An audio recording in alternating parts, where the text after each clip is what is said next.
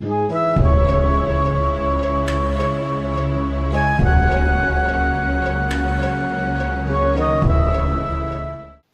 my childhood, there's been plenty of planes in games and media, but not so much helicopters.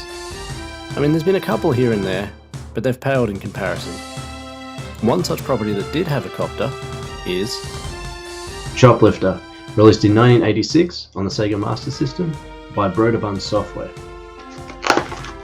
Now, this one was a special case in that it had a console release and then got ported to an arcade. It's usually the other way around. In any case, let's pop it in and rescue some hostages.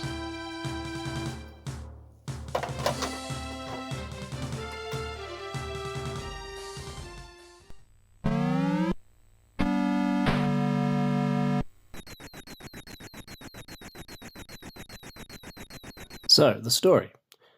Rescue the hostages from impending death, on land, at sea, and from underground caverns. Well, that was short but sweet. So an interesting tidbit about this game. The Iran hostage crisis ended a year before it was released, and the lead developer, Dan Gorlin, said that the tie-in with current events was something that they never really thought about until they published it. So, there you go. Now there was a sequel called Choplifter 2.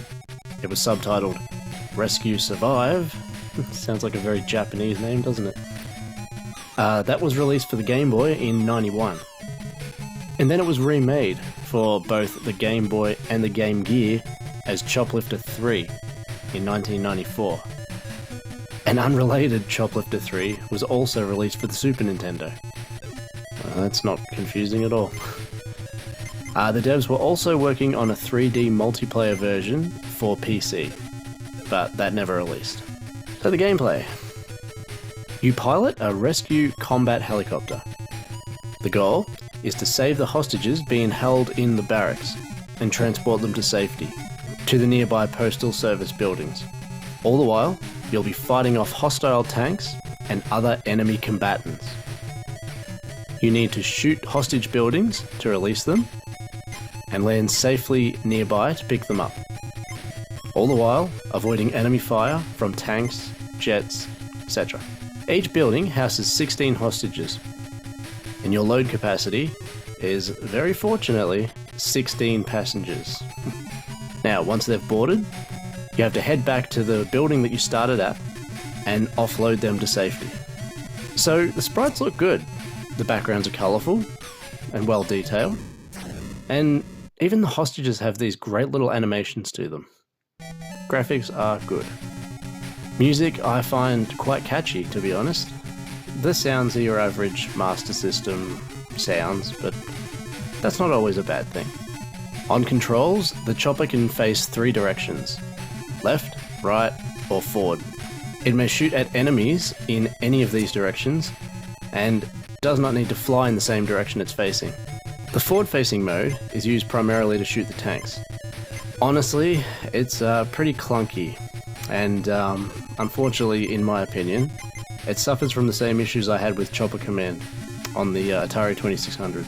So I never had this game growing up, but playing it now, it certainly flashes me back to earlier in the year when I played the aforementioned Chopper Command. In the same way I said Outrun was Enduro with a budget, I feel the same about this. So on pricing, pretty average. About 15 for a cart, looking around 30 mostly for complete. It's fondly remembered for some, I'm sure. So, that was Choplifter. Honestly, this has a lot of potential. I just wish it wasn't so damn hard. It's too easy to smash into things and get shot at while you're loading up hostages.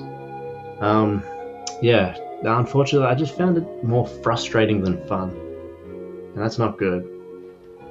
So, yeah, unfortunately, this one will be staying in a burning building along with 16 others. Or, to put it more simply, it's barrel bound. Now, as you know, there are no bad games, but there is bad cover art. Now, honestly, this isn't the worst on the Master System, but it's not winning any awards. See you later.